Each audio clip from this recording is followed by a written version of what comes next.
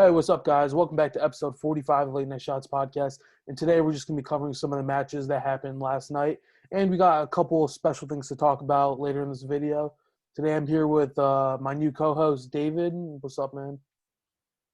Hey, man. Glad to be here. Really excited to talk about the matches. So, all right, what do you want to cover first? Your first time coming onto the podcast, we went through a lengthy recruiting process and got you as most qualified guy. So before we actually get started with the actual part, just tell people a little bit about yourself because they're going to be seeing you pretty often here. All right, so my name's David Darrick. I wrestle for Eastlake High School in Washington. I'm the 182-pounder, maybe. And yeah, I've been wrestling since the 6th grade. I've gotten my foot in wrestling media as of recently by writing articles. I also talk with a lot of coaches like Reese Humphrey, and I have been working very closely with Coach Jay LaValle, who has worked with guys like Kerry Colat, Kyle Snyder, etc. I know Heavyweight Nation over here via just constantly commenting on his posts. It worked. Yep. And so, I'm just really excited to be here. I'm really fanatic about wrestling. It's pretty much everything I do. And I watch film like a maniac. I do not advise figuring out if I'm good or not because I'm not very good at this. But I am good at, watching matches and figuring out techniques. So I'm just excited to get into it. Yeah. For sure, man. It's good to have you on, but we'll hop right into it for today. All right. Obviously the biggest matches that went down yesterday are going to be Minnesota versus Wisconsin. The first duel was in the morning at 11 a.m. Eastern time. Matches we really want to talk about from this are the first one is going to be number 20, Eric Barnett versus number 9, Patrick McKee. All right, I'm going to looking at the rankings, this was a massive upset with Barnett getting the major decision. However, was it really an upset? He did pin number 2 at the time, Devin Schroeder, in the second period, who Patrick McKee also beat. So, in my opinion, I'm going to look at this as more of an even matchup. Yeah, I think that Barnett sorry, I'm pulling up the match right now. I'm a full-time having trouble. So, this is what can be said about Eric Barnett that's not already been said? I feel like the pin with Devin Schroeder is just kind of like a breakout performance. It's impressive. I watched an analysis of how it happened. So he hit 2 wing rolls, and he made an adjustment on the second one that got him the pin. So I feel like it would be very easy to dismiss this as a fluke win, but it was really it was a conscious adjustment between attempts. And so with this match, obviously it didn't end in a pin, but he racked up points against the number 8 in the country. And Patrick McKee is a fucking bad dude. So at the end of the day, I feel like there's nowhere to go but up for Barnett. Yeah, no, I'm thinking the exact same thing. I know Wisconsin is kind of falling apart a little bit as a team this year. A lot of people tend to come at Trent Hilger for this.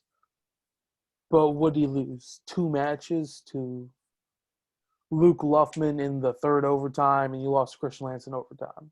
Those are going to look like big upsets, but Luffman just beat Tate Orndorff the match right before, who Hilger has historically had very close matches with. Obviously he pinned him the last 2 times, but if you look at them, Hilger pinned Orndorff in the ride-out periods last year. Hilger got lat dropped by Orndorff the first time they wrestled and came back to win that match in overtime. And then this time, Hilger starts off with a quick takedown against Orndorff. Orndorff goes for a lat drop, and inevitably Hilger ends up with the fall this time. Going into that match with Luffman, most people take things at face value. You hear all the slander come towards his name, come towards Orndorff, come towards Luffman for this. But then you think about it, you look at actually how it happened. Hilger got hit with a stall call, which forced the match to overtime, which inevitably won him the match, That kind of brings me back to the Michigan versus Ohio State duel. How, some of those personally, in overtime, I would have called stalling. but the ref knew better than to decide the duel on that.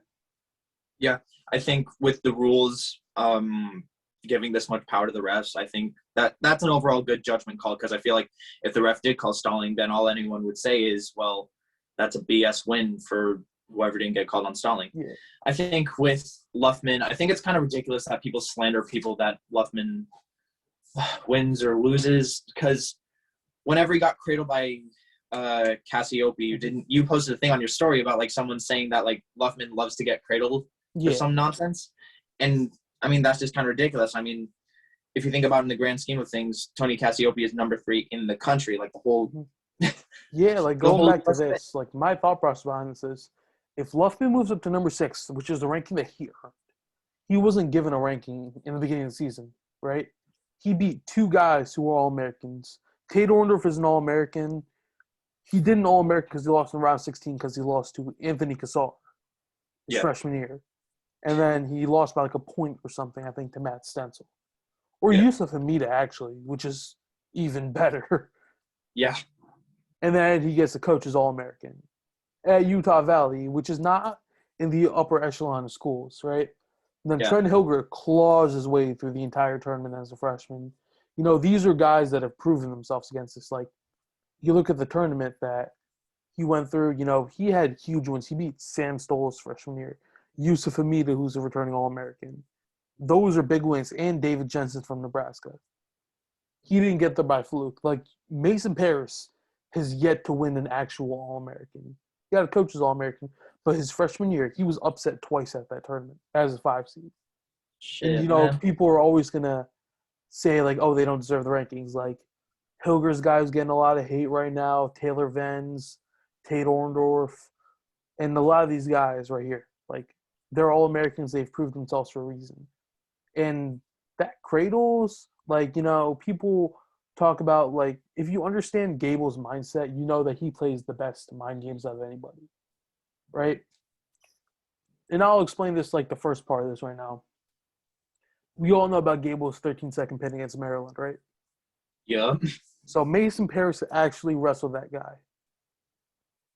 Just a couple days, I think a week prior. Mason Paris kind of just toys with him, obviously. The kid's a walk-on, you know. Kind of feel a little bit bad right there. But Mason Paris pins him with the cement mixer. Maybe it's a coincidence. Maybe it isn't at this point in time. Probably just that Gable Stevenson comes out there firing right off the bat and pins this kid in 13 seconds with a cement mixer. Right? Yeah. You're like, I mean, it part also of it may be a coincidence at this point that Mason Paris is the competitor. He made the pair in the NCAA. Right? Yeah. Whenever you think about in the grand scheme of heavyweight, I mean, who's really competing with Gable at this point? I mean, Paris, you know, Stencil is yet to wrestle Gable. But besides Paris, I mean, and Stencil, it's just, I feel like that probably, I mean, I'd say that Gable probably did watch that Mason Paris match where he pinned that kid with a cement mixer, and he goes, well, I got to outdo that.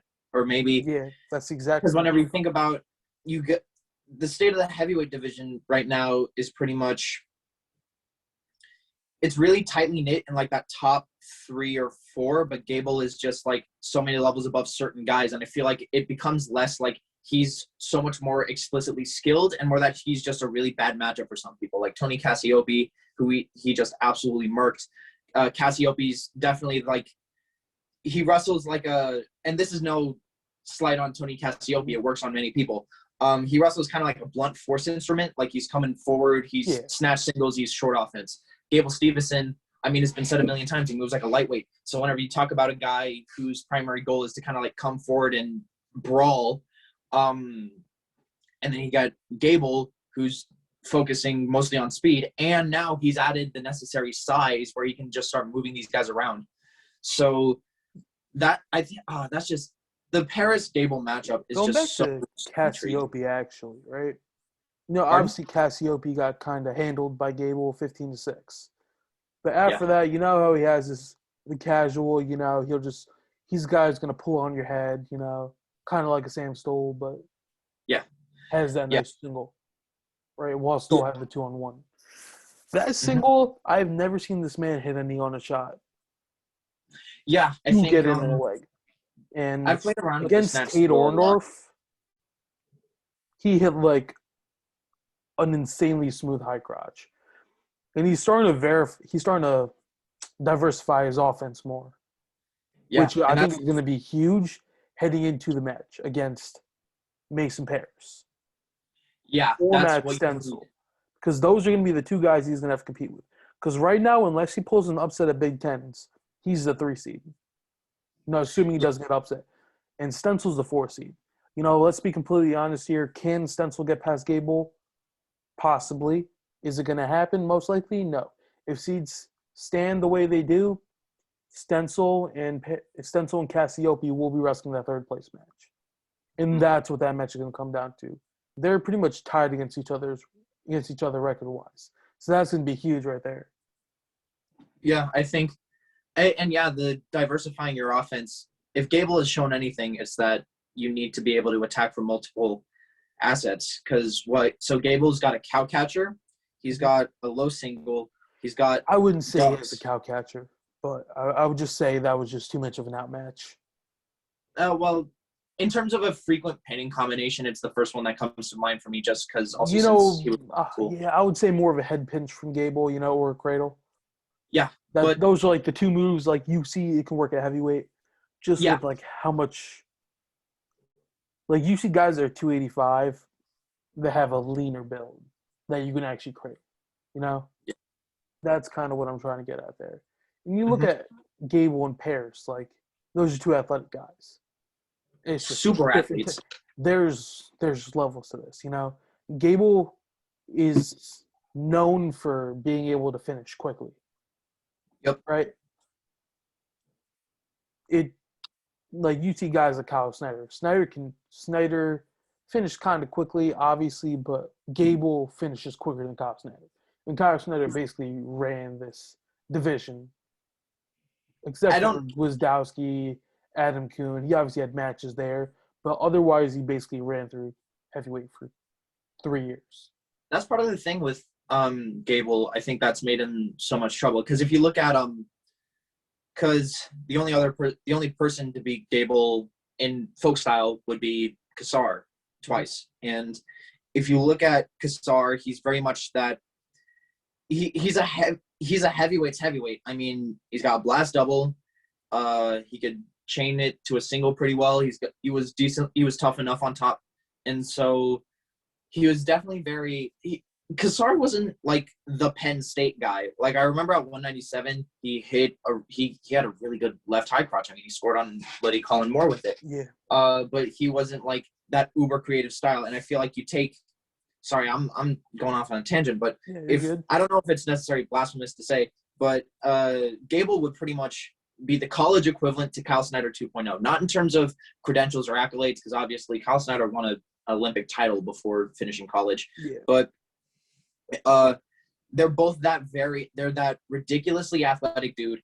Gable was smaller for the weight class. Obviously, he's pretty much a full size. He said 260 his freshman year, 250 sophomore year, now is back at 260. So, it's obviously Gable looks like a small heavyweight, right? Compared to a guy like Tony Nelson, who's around that 275, 280 range. Gable has probably the most dense build you've ever seen. There is that. But if you are comparing him to Kyle Snyder, let's look at this, right? Kyle Snyder won titles, a sophomore in college, an Olympic title? I believe so. At 97 kilograms. Yes. Saad July was at 86 that year. Yeah. Just mind that, right? Yeah. So he gets there, wins a 2-1 match. That's whatever. The Olympic finals, who cares how much you win by? You won.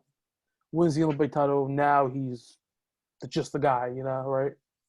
Yep. That takes so much pressure off of Jaden Cox right now. He's moved up to heavyweight. Yeah. Jaden Cox goes out, wins 2 more. Now Jaden Cox can be your guy. Just the level of depth, I think the weight classes Kyle Snyder's been at.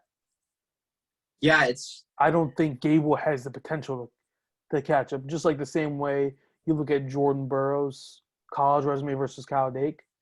It's impossible for Jordan Burroughs to have a better career win than David Taylor, obviously. Yeah. I mean, stylistically. Sorry, I meant to establish stylistically. Yeah. So, like, if you think about guys who they don't.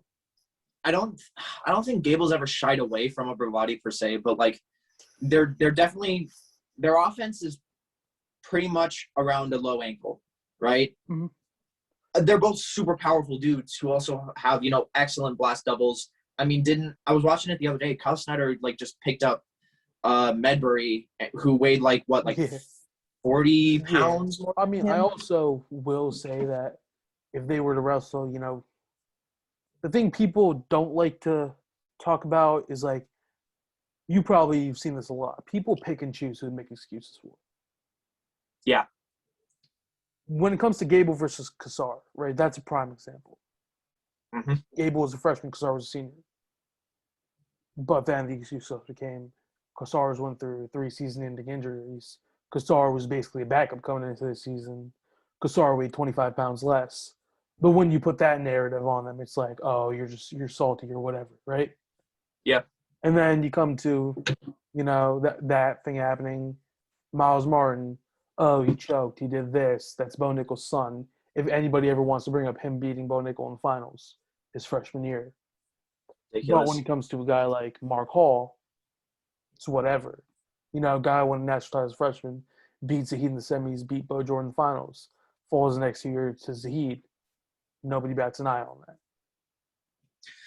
Yeah, and I mean that's the weird thing too. I feel like Mark Hall is like that one Penn State wrestler that Flo does not, because I feel like, okay, is it really that wrong to say that Flo covers Penn State like crazy? And that makes sense. You're a sport media company. You want to cover like the biggest names in your sport, but they cover never what makes you money. Mark Hall. They never talked about Mark Hall. Mm-hmm. I think Mark Hall is a guy who's like I wouldn't say Chenzo necessarily because the senior year he kind of popped off. Mark Hall is a guy that it's either pin or win by 1 point. He's just kind of boring to watch, and that's hard to say on a guy that's that good. Yeah, and that's the thing. I feel like Mark Hall is like the sort of well-rounded that it makes him really confusing to watch because he's one of the guys that I tried to watch to like study, and it was always so hard to get a read because the only thing that really stands out maybe is his front headlock. That's the primary thing that stands out. He has a single leg. He has a double leg. He has a high crotch. His scrambling ability has been incredible, but I mean, with a guy like Zahid, it's yeah. So because that seems to be the common thread amongst like all of the Valencias, their ability to like create and survive and score off of flurries. And I mean, the most extreme example I feel like is Kyle. Yeah. I've heard it pronounced a million different ways. It's Kyle. Kyle? Okay. Yeah. I feel like the most extreme example of that is Kyle. His scrambling is his primary tool. And then you look at Zahid, who's I just love his finals match with Mark Hall, even though it was 2-3, 3-4. But 4-3. Yeah. The one before I think was 8-2 or something like that. Right. But also it comes to it. Freestyle is always going to favor Zahid more. That's true too. Especially, I love that we're going to get to see that rivalry continue because Mark Hall is committed to 86 kilos. Mm-hmm. The thing here, I don't know. Right? I think Bo Nickel is obviously not a huge freestyle guy. Really? He's a freestyle guy. I mean, freestyle is not his strong suit compared to folk style, right? I think that can be said pretty easily. Yeah, I don't know. I mean, if you listen to the athlete himself, he has said that his favorite style is freestyle. And I mean, I believe Hale has gone on record saying that it's you know what I'm saying? He hasn't been scoring the same way he would have been against high-level opponents. Yeah. I think the one exception was Hayden Zillmer. I don't know how he did that. Oh, I've watched that match so many times. He doesn't look good at 86. Whether that's because he's never cut weight his entire career, he's doing it now, I don't know. He was definitely cutting weight at 74, I believe. No, dude, he was 170 in high school. He never really? cut weight his entire career, no. I think that might be why he lost. Sheesh. But you move him down to 65. Who's that there at that point in time? I feel like, well, if you take, he's 6'1", you take a guy like that and you move him down to 65, the success is debatable. I mean, Evan Wick obviously is an example of a guy who's made great use of his strength. He's Who was what, at 6'. no? Who was at 65? Bo Nichols freshman year. What was that? 2015, 2016. That wasn't Isaiah Martinez yet, right? That would have been Chenzo. It would have been Chenzo, I believe. Really? I'm 99% sure. Chenzo's a year younger than Bo, though. He's a year younger. Who was the year right before Chenzo? Because I know Imar's at 57 at this point. Damn, I don't know then. I just remember. Oh, because I'm getting mixed up because Bo spent 2 years at 74 and then 84 and then. Wait, no. No, 74, 84, 97. Yep. Yeah, okay. It's going to be interesting to think about, you know. Yeah, I feel like Bo at 86 kilos, he's not a guy who like would traditionally benefit from cutting weight. I never watch a Bo Nickel match and I'm like, oh, he's really like hammering on this dude and moving him around. Like Bo Nickel is just like so slick that his style transcends size. But I mean, it definitely would be very interesting to see how he does against people who he will be possibly bigger than or even smaller than. Because if you look at what he did to Hayden Zillmer's a big dude. Zillmer, I can confidently say is bigger than a good amount of heavyweights out there. Yeah, exactly. He's what, like 6'3", and he's like the 6'5", dude. 6'5"? Yeah, he's massive. And so, and he cuts like a lot of weight. Yeah, I mean, but the thing I will say is like at 86, like guys like Bo Nickel and Jason Wolf have been very unimpressive at the senior level. Jason Wolf's senior level has been like rocky. Although part of that is, repeated run-ins with Imar, who has become much more well-versed in freestyle. And, he's at the same weight class as, Burroughs, Dake. I've said it before. I think Imar can give Kyle Dake a run for his money. It's a best-of-one matchup. That's all I will say. And one not-so-great match from Kyle Dake and one good match from Imar could be the difference. And Dake's Olympic chances are out the window. And who really knows if he's going to get another one after that? The interesting thing Same thing with David Taylor right there. Like, yeah. Gabe Dean, Nate Jackson's been taking all these matches. Miles Martin cannot be counted out, even though what happened last time, and even his teammate, Bo Nickel. See, that's the thing that really interests me because obviously there's that's just so fascinating to me. Bo Nickel moving down to challenge his teammate because, I mean, was this – he announced this after Kyle Snyder has been in the New Line Wrestling Club. So what I feel like – I don't want to speak for anyone, but, I mean, it kind of seems like Nickel might have been losing the goes in practice at 97, but he's seen enough success with Taylor to maybe go, hey, maybe I can hang with him. Maybe I can beat him. Kayla's so secretive about training room footage. I can go find training footage of Iowa right now, but I can't find any of Penn State just because Kayla's so secretive about that. I feel like Bo, in terms of matching up with Taylor, I can't ever really think he presents some problems that can slow his offense down. See, my biggest thing is that Penn State guys talk about how Kale has different fundamentals of wrestling, right? Because whenever you talk about the fundamentals of wrestling as well, like head up, hips in, back straight, ready to put weight on your opponent. Yeah. Thank you, Reese Humphrey, again. But Kale has different fundamentals. So I really want to see this Penn State matchup simply because Bo Nickel and David Taylor are definitely two guys who benefited a lot from Kale Sanderson, right? Yeah. I mean, whenever I think about a guy who maybe – whenever I watch him wrestle, I don't think Penn State. The first thing that comes to mind is Chenzo, right? He's got a really good double leg. He's got that inside trip. He's the high crotch. He's short. He's powerful. He's stocky. He could have just as easily, because I remember Piles and Askren have talked about this. They've said Kale seems to literally specifically look for taller, lankier, creative wrestlers, right? So that's why you get Nolf, Nickel, Shakur Rashid. Kassar was a sizable 197. Yeah. And then, so whenever you think about Bo Nickel and David Taylor, so you got David Taylor, who's just full on, like, he doesn't really blast through people. Like, I think of him as like freight train offense, but it's not in the sense of like. And if you go back to get David Taylor, like, he was committed to Iowa State. Yep. When Kale was still there. That that's interesting just to think about there.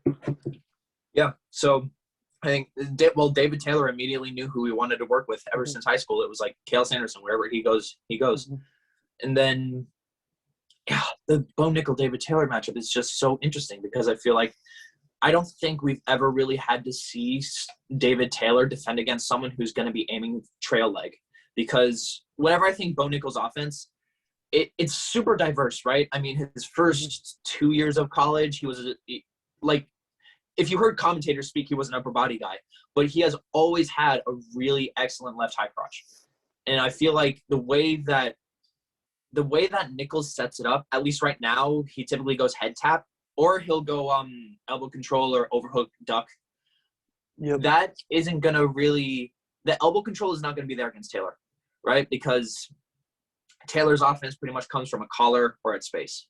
So whenever you're talking about how do you solve David Taylor, the most recent answer has been be bigger than him or be able to operate really, really effectively from space. Because whenever I didn't catch the Gabe Dean match, but I did watch the Jordan Burroughs match. And so whenever it's 4-4 criteria, you think about Jordan Burroughs. If you ask everyone who's ever wrestled him, no one has that same degree of not size, strength, speed, just sheer power. Yeah. And so, I mean, he couldn't score on David Taylor. So the route is not power, probably. But that's good because Bo Nickel is not a power wrestler, if you know what I mean. But it's going to come down to, can Nickel keep the collar off? Less can Nickel keep the collar off and more can Nickel keep him off his ankles? And can David Taylor keep Bo Nickel off of his trail leg and out of his double overhooks? Yeah, I think this Bo Nickel versus Gabe Dean match is going to be coming up on Rockfin, right? February 23rd. I think, that's going to be the match that, answers like a lot of questions for people. Absolutely. Yeah, I've been laying down this entire time. But, the national finals, what was it, 2017? Nickel won his first title up at, I believe so. Up at 184. Knocked off two-time national champ, Gabe Dean. Yep.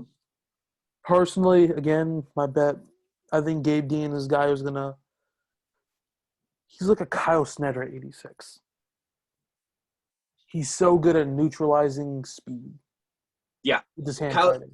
He's just a friggin' – I mean, I think it's been done to death by like commentary teams, but he's just a bear. He's just this uber physical, walk you down, hand fight hard. Yeah, and that's why like when you look at his match with Jaden Cox, there are people out here saying that Jaden Cox could tech Kyle Snyder.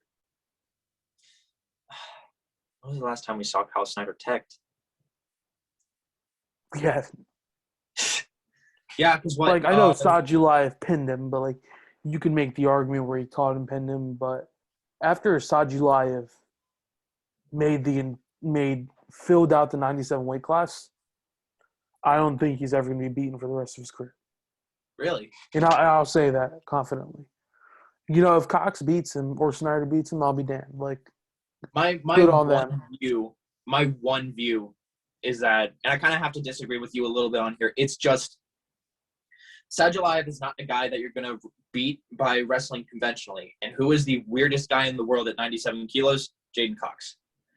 I feel like it would, no matter what, it will be a tightly contested match, right? Because we're talking about two guys who have such excellent defense that they can be pretty much untouchable when they need to. See, that's where I have my problem with this. Like, you have to account Sajulayev is going to score at least once. Yeah. Whether Jaden Cox can get past the level of Sajulayev has the same hand fighting, if not better, of Kyle Snyder. Yep. Like, if you ever seen that man, like, look at the last time he wrestled Kyle Snyder, he looks like a whole 20 pounds bigger now, which is crazy just to think about. And I mean, I remember, Chael Sonnen was talking about Sajulayev, and he was saying that what was it? He compared him to Carolyn because like people wrestle Sajalayev and then they come off the mat and they're just relieved that it's over because that dude is just so powerful. It might come down to parterre defense. I can't remember the exact. I think rule. that's what I'm trying to say. Like, Cox can't turn Sajalayev. Like, I'll say that right now. Yeah, and but if we he don't know if catches a lace and texts him, okay, that's what that is. But if Sajalayev gets a gut wrench locked up, more often than not is good night for Jaden Cox. And you also have to go through the argument like everybody's Jaden Cox went from like the most overlooked, the most underrated wrestler. It's kind of like the most overrated. Like, I don't want to be that guy, but like he's overrated in the sense that people think he's going to go do tech fall everybody. The guy's still living in the realm of reality who know that Sajalayev is number one. He deserves it. But you even look at Kyle Snyder. Last time they wrestled, Kyle Snyder won. Yeah, I feel like the Jaden Cox-Kyle Snyder match, I feel like determines the world finalist. I mean, you've got that's again where I'm going to bring up this one point. The Mohammedan. Yeah, Mohammedan. Was he from Iran or something? It was either Israel. I think it was Iran. Iran, right? Again, he's in the mix too. It's gonna keep sound like I'm saying this, like, right? You're just kind of trying to pick against Jaden Cox and Kyle Snyder, but my Olympic final is him versus Sajalayev, right there. I think that guy, he's a guy who has a gas tank also. Yeah. And that on a foreign dude's ability is scary. That's what elevates Sajalayev's game to the next level. Because we've seen Kyle Snyder down many times in matches, and he's come back on the international level. Sajalayev is Kyle Snyder up in a match, and then the other guy comes back. That's I've rarely ever seen that with American guy. Get thrown and pinned. That's one thing, but I've never seen a guy physically and mentally break Kyle Snyder like that. And that's just insane to me. Yeah, Sajalayev is just he's just a marvel because you look at him and like, well, his nickname's the Tank. He's this super strong dude who just walks people down. But he's also incredibly fast. His control of his body is just unmatched. And the clip that I always come back to, I can't remember who, but he got high crotched and he was starting to get lifted. His feet are up in the air and he just pops his hips in and plants his feet again. Right? And that is the most that is a technique. It's not like he just invented that on the spot, but it's just the level of athleticism to do it at as physical and as big of a weight class, because 97 kilos is that weird middle ground between 86 kilograms and 125 kilograms, where you've got guys who have like that strength, but also that athleticism. Because at 86 kilograms, that's 190 pounds. What your average guy is, like 5'10" and pretty dense, right? They're going to be pretty fast. They're going to be pretty strong. Probably around 6 foot, I would say. Yeah, ish. Yeah. Because David Taylor is considered tall for the weight class. Hassan Yazdani is like 5'10". Yeah, Yazdani, you walk back to that. It's like David Taylor probably doesn't pin Yazdani this time. Let's be honest. Like, again, Yazdani's making the jump from 74. Yeah. These foreign guys don't notice when they bump up weight class, they don't like bump it to non-Olympic weight class. It's like Yazdani could easily bump to 79, then make the transition to 86. But no, he threw himself right out there, and then David Taylor comes in and pins him. That I think the same year or the year after, Sajalayev bumps it from 86, and Snyder beats him to take home the U.S. title. Yep. But even with that, I think the whole Sajalayev versus Karelin thing is very interesting, right? I think if Sajalayev hits 4 gold medals, yeah, obviously, but he's already lost, I think, too many times. For him to really the wins and losses thing, the wins and losses thing, I feel like for me it becomes always, and this applies in every sport, which, well, in terms of the ones that I follow, which would be like, MMA, wrestling. So I feel like in terms of the GOAT conversation, wins and losses, you need to talk about like quality of wins, because I don't think anyone's really going to match the sheer competition volume of Karelin either. So because he had a really long career, didn't he? He was like in the middle of his 1988 in Seoul. He competed in Barcelona 92. Atlanta in '96, and he lost in Sydney in 2000. Yeah, But and I so think there also comes the debate. Like you could put Mijan Lopez Nunez from Cuba in that debate, but there comes a counter argument that can say, "Oh, he lost these world championships." But then with Cuba and throwing world championships, you never know. And then again in the GOAT conversation, you can put Barsev Satiev. That's how you say his yep. first name. I think Three-time Olympic champion. But he lost one not at the end of his reign or the beginning. He yeah, lost it in the middle. yeah. And Brandon then, Slay, yeah. yeah. And that leaves Kiyoshi Icho from Japan. You know, again, it's going to suck because a lot of people are just dismissing her because it's a women's wrestling, right? But she has more Olympic gold medals. The only thing that can really be used against her is she has losses where Corellin doesn't. You Yeah. know, What I like to also kind of judge like GOAT talk by like I like to think about what did they like do in terms of the wrestling sphere, right? So like I'm a huge fan of Ben Askren. I put him on a really high pedestal. yeah, Not even so much because, you know, four-time All-American, four-time finalist, two-time champion, Hodge Trophy winner, but it's also because of what he did. He's pretty much the godfather of funk, right? Because funk existed before, but he like figured it out and like made a system. And his ability to cradle, and like he goes against the grain with a lot of cradle stuff. There's a full clinic of his on cradles available on YouTube. And he goes against the grain on a lot of conventional knowledge on that stuff. So whenever I think about the Buvaisar Saitiev, Alexander Karelin GOAT conversation, part of what I think about is that Karelin scared people, right? Like people didn't want to wrestle him a lot of the time. They would just like get on their belly and hope they don't get hurt, right? And that's not to discredit his opponents. I still think because to a degree the man was so skilled and physically imposing. Mm-hmm. But then you have Buvaisar Saitiev, who never really broke people. He just like he was toying with people. Pick you apart.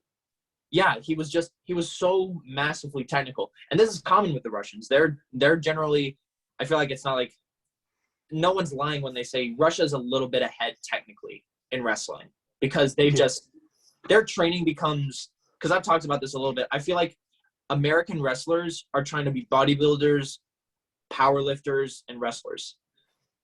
Russians try to be wrestlers, right? So we have Americans who can out athlete everybody, but the Russians have just figured out how to make wrestling just so instinctual, and that's always been really fascinating to me. Like you look at Zarbek Sidikov, Jordan Burroughs, that's a really interesting matchup to me, simply because it's been said multiple times. Jordan Burroughs is perfection in position, and also, you know, again, speed and power. Yeah. And then you have Zarbek Sidikov, who wrestles in. If you took a silhouette of Zarbek Sidikov and you showed that to like your average American high school wrestling coach, and you were like, "How is this guy's stance?" They would probably say like, "Oh, that's like a JV dude." Right? He's got that rounded back, stiff-legged, narrow feet. Like it is like the most. It's the Russian wrestling stance in a way. Like Saitiev wrestled like that. But you see how like he makes it work. He's probably got like the most unorthodox signature takedown, that slide by thing. Probably the second most unorthodox signature takedown we've seen recently outside of Anwar Gadoyev. He was really good at that wrist snap. Yeah. Yeah. And so here comes this other debate. You know, as you said, like again, Saitiev would be a guy that would just pick you apart technically. You know, he wouldn't impose his will on you, but he would do it in a manner where like his focus would put in points, right? it feels like he's playing chess and you're playing like Uno. You know, but like again, you go to this Karelin debate. It's like I'll say it right now. This is a debate that's never gonna have an ending to it. You know, there's no clear defined one or another, and records are made to be broken. Lopez wins his fourth this year. He's gonna be right into that conversation, and I think he already is. But I think Lopez not winning a medal at the 2004 in Athens is gonna really hurt his resume right there. And do you think Lopez winning his fourth? I'm sorry. Do you mean like Greco GOAT or like all-time wrestling GOAT? Because I know you hold Karelin as the all-time, all styles, possibly most dominant athlete that's ever lived. I think most dominant wrestler, Saitiev doesn't come close, right? But we're talking best here. Yeah. He's the most dominant athlete of all time. I don't think there's one valid debate to it, you know? Yep. I think if you're talking GOATs in all sports, right, you could obviously have Tom Brady for football. I'm going to go Carellin for wrestling. And what are you doing now? Like, what sports are the basketball? Michael Jordan. You know, we'll go with the OGs on that. Golf, you have Tiger Woods. Like I'm doing like all sports right now, right? Tennis, Right. who are you gonna have? Djokovic or Roger Federer or whatever. Whoever I'm gonna has be that. real honest with you. I do not follow sports outside of MMA Yeah, or wrestling. I'm just trying to go through everything. You know, you go MMA. Yeah. Who's Khabib right now? Would be all time. People are angry about it, but I actually do think Khabib. Okay, and then boxing. I'm gonna have to go with Mayweather. Muhammad. I'm gonna go with Muhammad Ali. Who you going with? Mayweather never lost. He has an admittedly padded record, I but think Muhammad Ali has the legacy aspect to it, which is going to push him to the GOAT status. there's that too. I can agree with that. You know, again, like Michael Jordan, LeBron, you know, you can compare stats, compare this. Michael Jordan has legacy while LeBron's still playing. After Yeah. all is said and done in 10 years, that's when it becomes more of a valid debate, right? Mayweather has Kids tarnished his arguing legacy about more the recently. most Yeah. garbage things possible. Like, conversation that shouldn't be close become close, right? Yep. Like, you look at football, Aaron Donald and J.J. Watt, two of the best defensive players to ever live. And there are guys saying, oh, this guy might not even make the Hall of Fame. Like, that's complete bullshit in my eyes. But then you look at a guy like, you know, most accomplished guys, you look at all this, things can hurt your resume in some places, you know? Like, Yep. Lopez is going to be completely flawed because he missed one medal at the Olympics. If he just took a bronze, what was he, like 20 back then?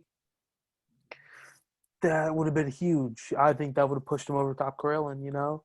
Yeah. I think also Greco is a lot more strength-based in general. And Greco is a lot bigger of a sport further back.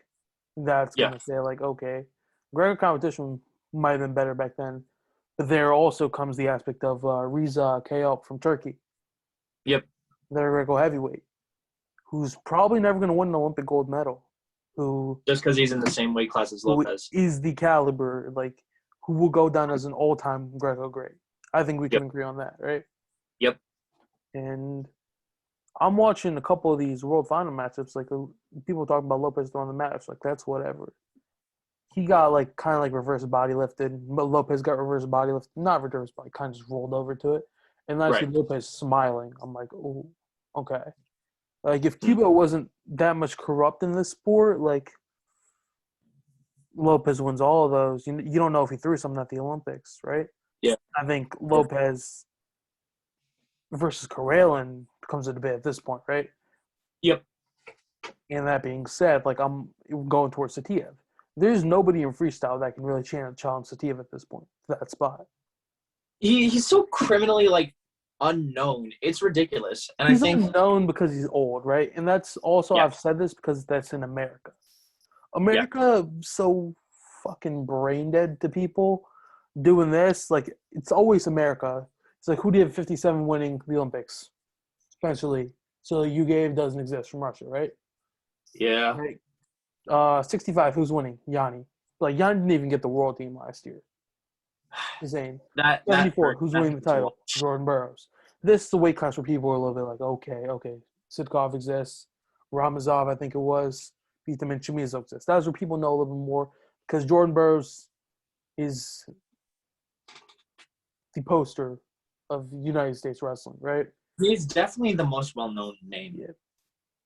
Like, The I most feel well-known like name in wrestling is going to be Sajilev, obviously, because he's like a prodigy. Like, the dude. American wrestling, my bad. Yeah. American wrestling, obviously, because you know he's been dominant for so long. Yeah. You know, has been always at the top. You know, didn't win medal in 2016, but he was still the guy for the U.S. Yeah. That means more than it really takes away. It only becomes more impressive, like, the older he gets. And that's always been, like, something for me where, like, Jordan Burroughs is considered a really old American wrestler. But, I mean, most Russians, that's, like, they're fine. Like, they're not considered aged out. But, like, right now people are like, Burroughs is over the hill, which I think is ridiculous. Like, whenever people cite, like, their pick for Dake and Burroughs, it just bugs me so much when people are like, oh, Burroughs is old now.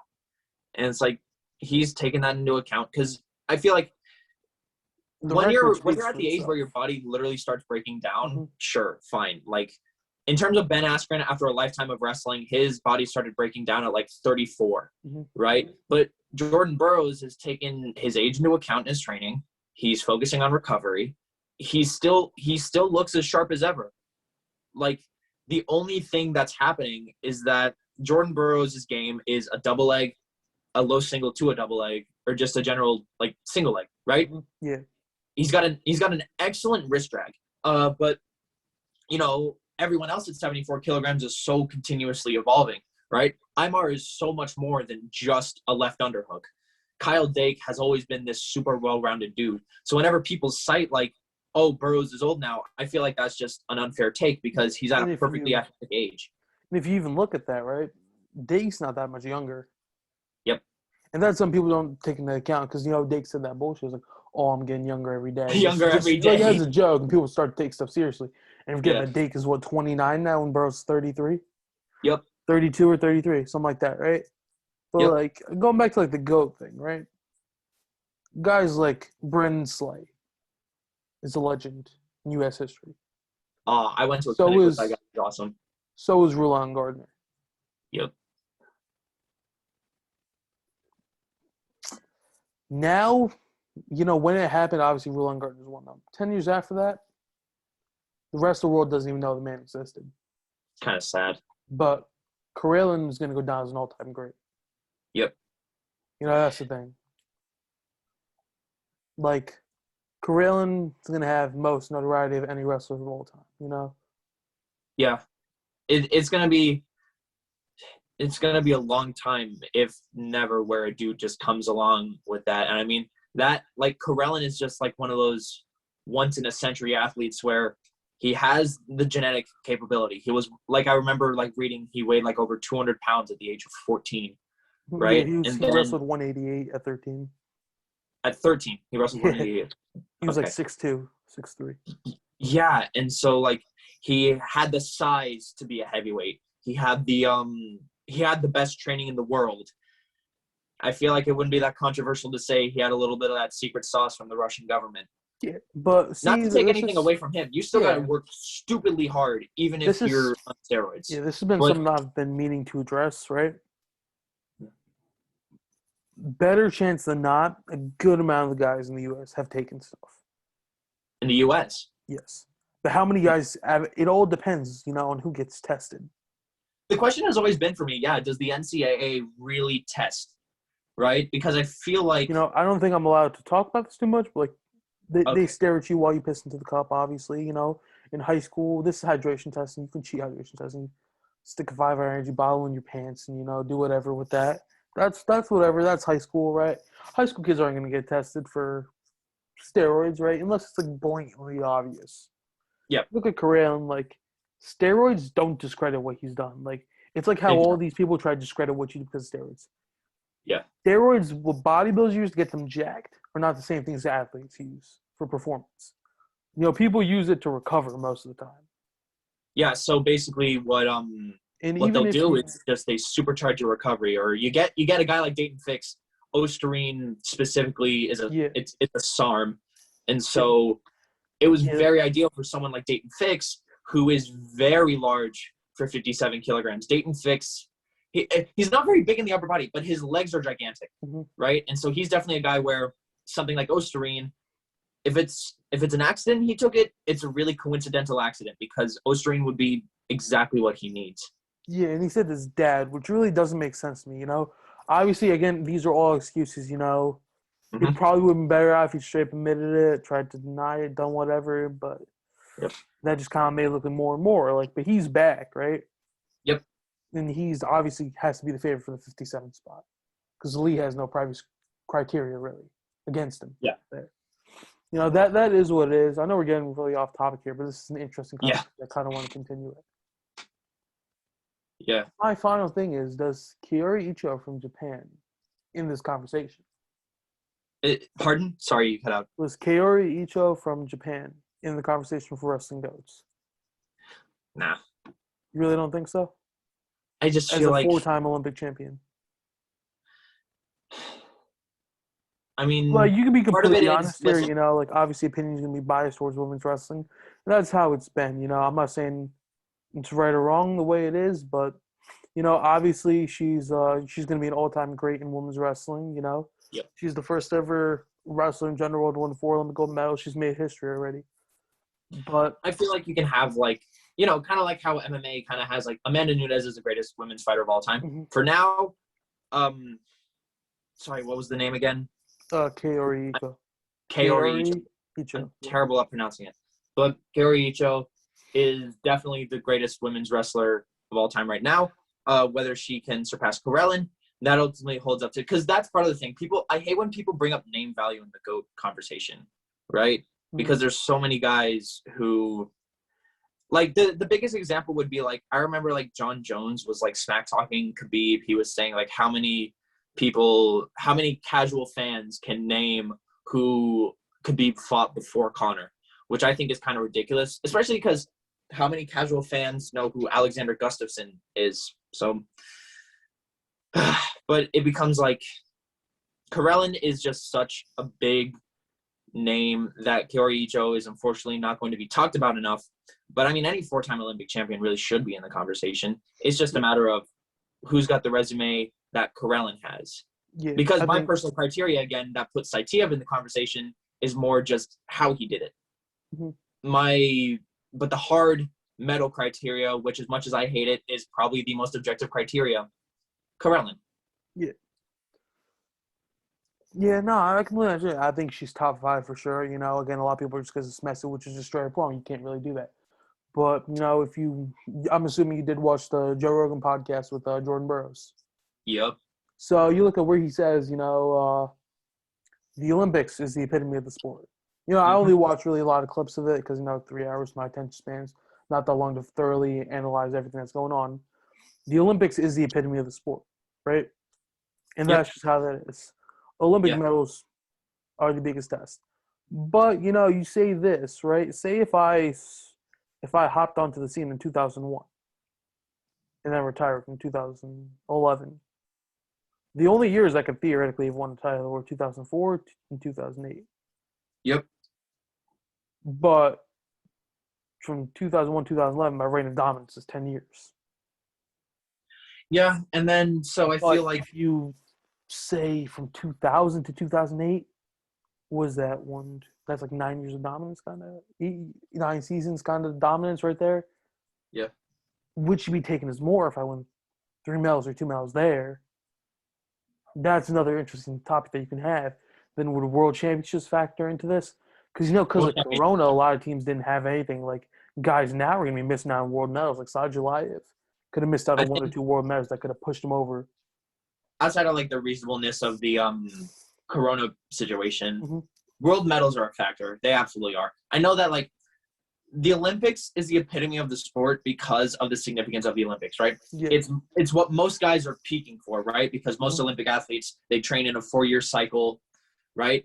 And sure, they'll peak for each world championship, but the big one is the Olympics, right? So let's say, to use your hypothetical, if I wrestled 2001 to 2011, so if I get a gold every single year I'm competing, right? At whatever the world championships is, so either the Olympics or worlds, right? So I'll have 10 gold medals, right? 2001, 2011. Yeah.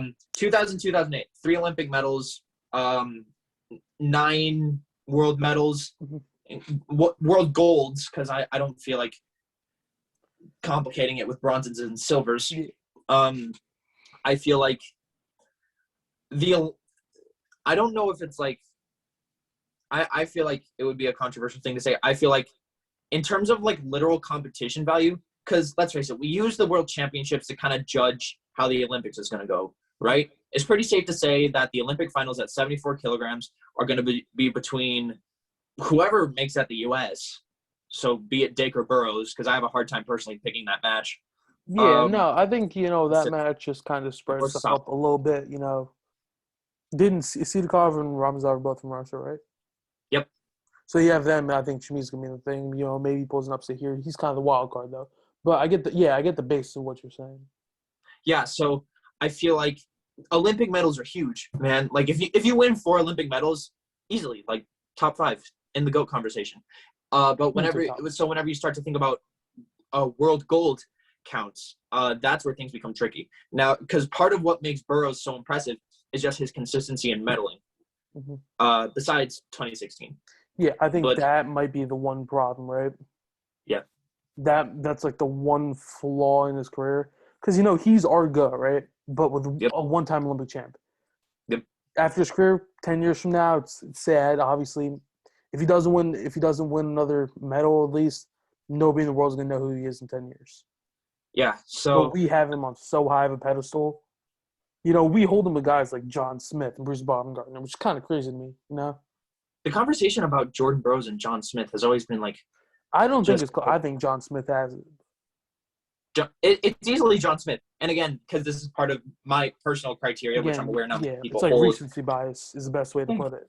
Yeah, and then John Smith created the low single, basically. And again, my own personal subjective criteria as someone who's just like a huge technique nerd, it's just like creating a whole takedown. Because this isn't like seeing an American get hit with an Iranian finish on a high C, right? Because not a lot of Americans train for that situation. I'd imagine at the top levels they are, but like I've seen dudes in high school get hit with an Iranian finish, and like the look on their faces, they just don't know what's going on. John Smith did that to hold up with the low single. Right, that's the one where you get the high Q, you come out the back, right? Okay. Like you sit out, pop up on a knee. Yeah. Yeah. No, I know. I call it. It's called the back door also, or not? Back door is more like whenever you pop them up on your shoulders, and then they're, or at least that. Yeah, no, I know what you're talking about, like that, and I come out the back and squirrel out. Mm-hmm. Yep. Yeah. So that's what Gabe Dean hit on David Taylor too. Oh, really? Yeah, in their Neyland Wrestling Club event, he shot a single. Gabe Dean's, when he gets to your leg, it's pretty much impossible to get your hips back, right? Yeah. With that man being so short, stocky, and strong, Yeah. He's like the perfect build. Yeah. I don't want to say anything, but he's Donnie's from Iran too. So. Yeah. Yeah. So you get John Smith, who figures out the low single, and then you look at Pat Smith. I was listening to the audio documentary about John Smith, and they were talking about Pat Smith. Yep. Yeah, whenever John Smith taught Pat Smith the low single, he tech followed everyone at junior nationals. Mm-hmm. And so, I mean, obviously that's high school, but whenever you think about, so in terms of like the American wrestling GOAT, personally for me, because the conversation always, is it Gable or is it Smith? Because I feel like Kale isn't in the conversation just because he didn't have this lengthy world level career, and neither did Gable really. But I can agree with that as a wrestler, but I think as a coach, when all is said and done, I think Kale's going to surpass John Smith, and him versus Dan Gable is going to be, I'm not saying, it's going to be a valid debate. That's what I think, 100%, yeah. So John Smith and Jordan Burroughs being our two guys who are like, okay, and then Bruce Baumgartner is also in the conversation. I think he has to, and again, like as a heavyweight, it happens time and time again. It's really whatever. Looking at wrestlers all the time, like Carrillo and Lopez are two of the best guys ever, and they're heavyweights. That's just gonna be straight dismissed, like, oh, heavyweight, easy weight class. But then you look at these guys, like I would shit my pants just seeing that guy in my bracket, Lopez. Here's my thoughts on I hate when people say that a weight class is easy. That logic does not carry out of high school. If you go out, like high school, it is what it is. Like, obviously state's a weaker weight class. If I went to Alaska, like I'm a 4-time state champion. That's what it is. But I wrestled New Jersey, hardest weight class here. And then you see a guy like Jimmy Mullen comes in and wins a weight class as a freshman. It's like, 285 is the hardest weight class in Jersey? No, I wouldn't say that. I would say 126. But that was just the weight class I wrestled. The freshman came and won it. He wasn't ranked because he was a freshman. Now he's number 4 in the country as a sophomore. Yep. Behind who? Chase Horn, Keontae Hamilton, and Hayden Kopass. Who, I'll be completely honest, I think he could beat Chase Horn if they wrestle. Yeah, when people say like, oh, this weight class is easy, I feel like it's just every single weight class presents a unique challenge. If you ask me what I think the hardest weight class is nationally at the high school level, it's somewhere in the lightweights. It's like maybe 138, 120, just because those are guys who cannot be carried by horsepower. Yeah, I think it's the thing is like the conversation is always going to fall to is like, yeah, where are the majority of guys? Like, how are they naturally built? That's where the hardest weight class is going to be. If you look Yes. at full size adult, they're not the same size as full size child. Not Yeah. 190, 285 in college and 285 in high school or night and day. You throw Chase Horn out there against Gable Stevenson. Oh my God, that's a pin under 30 seconds. If Gable tries, Chase Horn does not last 30 seconds against him, right? Yeah. So But what I think then about you get into the heavyweight, conversation of this, right? Spencer Lee's an exception because let's say Nico Megaloops because he's like the most average national champ at 125. I think we can agree on that. Like he was above average, he was good, but Spencer Lee's level of dominance is just might never be shown again at 125. Spencer Lee makes Division I NCAA wrestlers look like children. Obviously, it's going to go down as a weaker weight class. Can't say easy though, as you said. Yeah. But let's take Nico Megaloops or Thomas Gilman for example. You put them against a guy like what's his dude's name? From Wyoming Seminary, Nick Buzakis. Yeah. Or Robert Howard. Yeah. Two best guys, that's always going to be a good argument between those two. Personally, I have Howard because I'm from Jersey. That's it. Guys wrestling with the torn shoulder is what it is. A valid argument can be made for Nick Buzakis from Sem. You put him against Nico Megaludis. I'm not saying it's probably going to be a pin, but not that quickly. I think he can make it out of the first period. That might be a bold take on my part. I think the dude's built enough physically where he's not going to get straight overpowered. I think he's going to get slaughtered technically, obviously. Yeah. But I don't think it's like – I think if Gable Stevenson wanted to, he could straight up snap down Cement Mixer, Chase Horn as he pleases. In terms of, like, tough weight classes, I feel like – I mean, at least in my area, the conversation has always been, is it 138 or is it 160, right? Because 138 is basically all the smaller super athletes, and then 160 is all the, like, mid-size, like, super – where I think I would say 126. But you have to hear me on the reason. 126, I would say historically in high school. Okay. But, like, just hear my reasoning behind this. 126, what weight class most of those guys go? 133 or 125? Most of those guys go 133 or 126, so they have a better chance of winning a state title. Correct? It's pretty obvious. What are the weight classes below 126? 106, 113, and 120. Why would those guys – why do a lot of 106s bump to 126 next year? To get ready for college wrestling. Mm-hmm. So 126, when it's full of seniors, is basically guys from a bunch of weight classes colliding. So that's essentially could be 106, 113, 120, 126, and 132. Mm-hmm. 132 going down. Should have time again, depending on the state. Yeah. That I think would make it the most dense weight class, obviously, for the sole fact, and it's probably going to historically be that way, unless college weight classes change. That's very true. That's one of the weird things for me always. And you know what, I was a tweener like my sophomore year. Like I weighed like 163 pounds. I couldn't make it to 160, but I wasn't big enough for 170. I wrestled 170, but I was really outsized.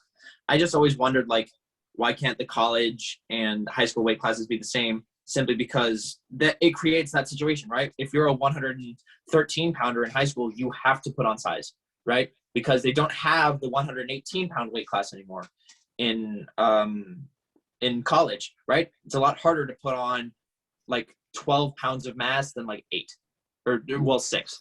And right? The thing about high school is like you say if you weigh 116, 113, you put on 13 pounds, go 126.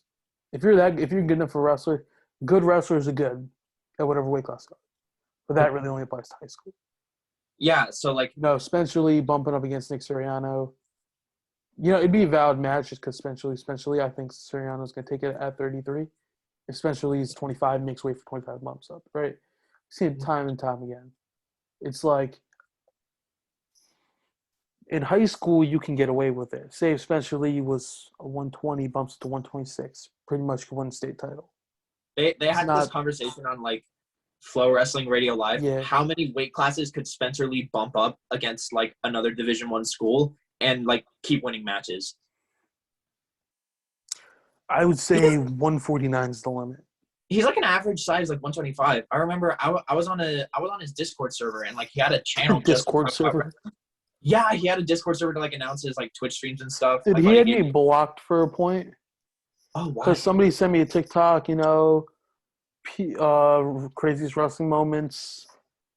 You know what high school moment I'm talking about? Lee losing the Oh state yeah. final. So I post it, right? I tag DeSanto 133 says a joke because it got a good amount of traction. I'm thinking, okay, it'll do good on Instagram. This is before Reels were a thing. So Yeah. it was just posted. I'd go take a nap. Somebody tags Spencer Lee. So it's just like, I have an excuse to block this page. Now I was like, damn. So I Come blocked on. him back as a joke, and I blocked him like an hour later. Then I get a message like 2 months later. Spencer's like, oh, my bad, bro. I blocked you as a joke, then you blocked me back so I couldn't see your account. Oh And then yeah. we just talked for a bit. He's like, yeah, I mean, any disrespect by it. It's like, it was a cool scenario. It was a cool situation, He's you a know? real cool dude. Like he was super open in that wrestling channel. He wasn't like big on like he didn't keep any secrets. But one thing that he said was like he only weighs like 127 pounds in the off Yeah. season. Now, He's not a if you big think guy. about a dude who's like as lean and uh if interviews are to be believed, as like genetically like freaky strong as Lee, those 2 pounds probably aren't coming off like super easy. But obviously he's not like a sea bass, right? So that dude is a maniac. Because what he's I was thinking about this morning and I think I spaced. Seabass is at 141 now, right? Yeah. Yeah. Uh, He was that a good size 141, too. yeah, You I know, can't believe granted he at made 140. 141, we don't see like a Nick Suriano, Dayton Fix, or Dayton Fix. People forget how big that man is just because he's wrestling Nick Suriano in the matches people watch. Now, That's the weird thing. Suriano is like, well, obviously everyone always talks about Nick Suriano's physique. Suriano has like a thin build to him. That's how he's able to like pack on so much muscle, right? He doesn't have it like there's not a lot of bone compared to like other people, right? Like Yeah, Sebastian Rivera is a physically big frame. Nick Piccinini's a physically like his body frame is just large, so they gotta but cut that's a lot of hard for most people to see because they're so small. You know, Mhm. it's like it just physically doesn't make sense in your head. Yeah, that's the thing If that you look like at people always talk about. Like Mark Hall, towards the end of his college career, he absolutely weighed the full 174 pounds, right? But he's it's just like dense. he was a full 174 as a freshman, but like you saw the transition in this man's body type. Yeah, Like you literally have muscles like in his muscles. Like it was crazy. he got just huge, right? And that's why now he's moving up to 86 kilograms, which is just super interesting to me because I feel like because Mark Hall is like 5'8", I believe. Probably shorter, dude. Yeah, and he's just again, he's not like a horsepower guy. He's very just uber technical, right? So, I mean, I'm super excited for that guy's freestyle career. You know, again, I've said it enough. I think 86 is more probably one of the hardest weight classes out there, just in the sense of depth. 65 and 57 are so stacked domestically, but in I will terms of say that 65 is a three-horse race, in my opinion. Zane, Yanni, AJ, McKenna. Zane, McKenna, Wait, who's your other guy? Jo. My thought is I personally Jo do not have beats Jo in that race for the sole fact that he's been letting me down a little bit recently. And Alec Pantaleo, you know, he's good. I didn't I don't know believe how the that guy hype. makes 65 at all. Huh? I don't know how like Pantaleo makes 65. I don't either. But after his match with Zane Rutherford, I learned not to count this man out. Yep. But I think Zane is Yanni's kryptonite. I think again a guy who can hand fight as well as Zane and wants to punish you is going to be the kryptonite to a guy like that. The same way Kyle Snyder has been Jaden Cox's kryptonite. So my thought process on like the Zane, Yanni, and Jo. I think McKenna is going to be a real dark horse. I'm just going to say it straight up. I think That too. McKenna could came out and literally trash Yanni or Zane, and I wouldn't think twice about it. We'll see what just puts Jo ahead of McKenna for me is just was it I want to say it was 2018 Senior Nationals was the last time they wrestled. Yeah, but that's Was it also 2018? 2018. Yeah, I know what you're talking about when he just straight ran through him. And obviously, all we have to judge is their most recent match, unless I'm forgetting sometime that they wrestled. Yeah. What I think is like if Jo has a day like 2018 Senior Nationals, if he has a day like that, he could beat Yanni and Zane. He if he has like one of those really like you have those like really excellent competition days where you're just like everything's going right, you're wrestling really well. But I think on an average day, Yanni or Zayn beats Jo, right? I Because think he's too inconsistent to get that spot. Exactly. So like Zayn has this excellent style for dealing with Jo. Zayn is ridiculously gritty, right? That's the first thing that comes to mind when I watch Rutherford wrestle. If you want to talk about his matchup with Yanni, my take has always been Yanni is the better wrestler. Zayn is the better game planner, right? Because Zayn obviously has probably the most technical mind in coaching in his corner. Yep. Absolute film maniac. So in terms of planning for a guy like Yanni, I applaud like Zayn for that one Final X wrestle off. Even though it was admittedly a somewhat dull match, only ending 2-1, but I mean there were some really interesting scoring exchanges. He wrestled that match perfectly. That is the formula for beating Yanni, and he figured out what no one else can. Goes back to what I said with people picking and chooses who to make excuses for. I am a big fan of Jordan Oliver. I'll admit that much. I will say that I might be a little biased just based on I like his style. Yeah. Where would you place some Pat Lugo in this? Oh man, if you want to talk James about a breakout Green guy, too. you got Lugo. So how I would rank these guys right now is obviously you have to put Zayn number 1 just because you have to rank the precedent the way it's been set. Yanni number 2 for the exact same reason. James, I'm having trouble with James Green or Joey McKenna. I would personally put James Green then because I forgot about him. Joey McKenna, Alec McTaylor, and Jordan Oliver. So what will put Zayn, Yanni, and Jo in my top 3 as well is just we've seen all of the meaningful matches. And again, it's trouble with Jo and McKenna haven't wrestled since 2018. Yeah, right? Jo's getting old too. That too. He's not a younger guy. Yeah. Was he like 27, 28? Yeah, he's got to be. But it's just my thought process is we've seen all those matches, right? That's why Pat Lugo, you want to talk about a breakout performance, that dude could easily be top 5 at 65. Yeah, I think Pat Lugo is going to be a guy, like, he's never going to beat Yanni. He's not going to beat Yanni. But if Yanni gets upset somewhere, Pat Lugo is capable of beating anybody else in the bracket. Exactly, yeah. Like, if you want to talk about a breakout, yeah. I mean, like, again, the thing I can go back to also is Kyvan Gadsden in his NCAA run, after his dad passed away that same year. You look at that, you're like, okay, if anybody deserves to have the run of their life, it's him, and he had it. He wouldn't have beaten Jaden Cox in the finals, let's be honest.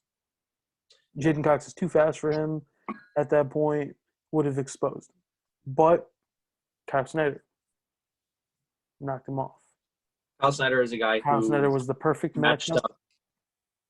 Like, it was a good matchup in the sense that it's happened before. Kyle Snyder would hang out in over-under positions where he wasn't very strong. And so you end up – and that's what I think is going to hurt him against – I think that's what's going to – he's okay against Jaden Cox because Cox really has no throwing ability either. Mm-hmm. And he's also notorious for – he can finish so fast on guys that athletic, which is crazy. Because if he doesn't let Jaden get to his defense is relevant. Same thing with a guy like Chamizo, why Jordan Burroughs has number this entire time. You can't let Chamizo get to his defense. Doesn't Chamizo have one win? Yes, but again, like that's why we say it's a rivalry in the sense that's always close. It's not a rivalry in the sense that it goes back and forth. Yeah, If Paris loses, if Adam Kuhn lost a 1-point match to Kyle Snyder every year, I'd consider that a rivalry. Adam Kuhn did upset him once, He fell natties with, I think, it is what it is. I watched the interview.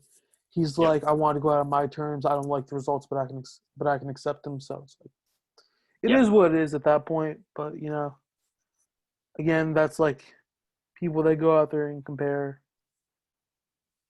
Gable, Stevenson, and Adam Kuhn. Like, that's not fair. You're comparing like apples to oranges there.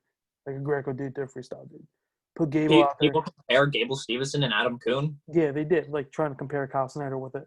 Kyle Snyder beat him by 1 point and Gable teched him. Like, throw Gable out there in a Greco match against Adam Kuhn. He's getting pinned. Yeah. Yeah, like, It's a really interesting topic because I don't even know where we started this conversation at, but it's become very interesting. We somehow got onto freestyle out of folk style. Yeah, no, I wanted to save the Satia versus Karelin debate for another day, but that's whatever it is we did today. I think this is, again, I've said this, we can literally have this debate every time. It can be different. Yeah. The way it ends up. I just think, it's crazy how, like, some of these guys who are Olympic champs, like, the rest of the world, not going to give a shit about them in 5 years, I mean, Gardner whenever you was the think biggest about thing it, for a little bit, and then whenever you're the Olympic champion in a sport, I mean, how many Michael Phelps are there really? Like, how many, like, okay, we all know Michael Phelps. Can anyone name, like, another swimming Olympic gold medalist? It does suck that these Olympic but you also have champions to in consider wrestling. that Michael Phelps is the most decorated Olympian of all time. Oh, he is? 29 gold medals in the Olympics. Yeah, You just say, 29 Olympic gold medals. am I missing something? Can you, like, do multiple events to gold medal in? Oh, Is that yeah, what my bad, yeah. Yeah, for a second, I'm trying to do the math in my head. I'm like 40, 70. Like, Nah, you're good. I'm not sure if it's 29. I know it's above 20 medals total. And then he didn't place at an event in London. oh, okay. He announced his retirement. Yeah. I obviously think he had another 4 years in him, but he did what he had to do. He made history. And Yeah. he's going to be remembered because of that. It's like, who actually watches golf? But Yeah. how many people can tell you who Tiger Woods is? A ridiculous amount of people. That's the part. That's part of the weird thing for me too. Like, none of my friends can name like a single boxer, but they all know who Muhammad Ali and Mike Tyson are. Everybody knows Muhammad Ali, Mike Tyson. I wouldn't put Floyd Mayweather on the same pedestal as him. I'll be completely honest. I think he's like Floyd them two are Mayweather up here, doesn't. and Mayweather's like down here.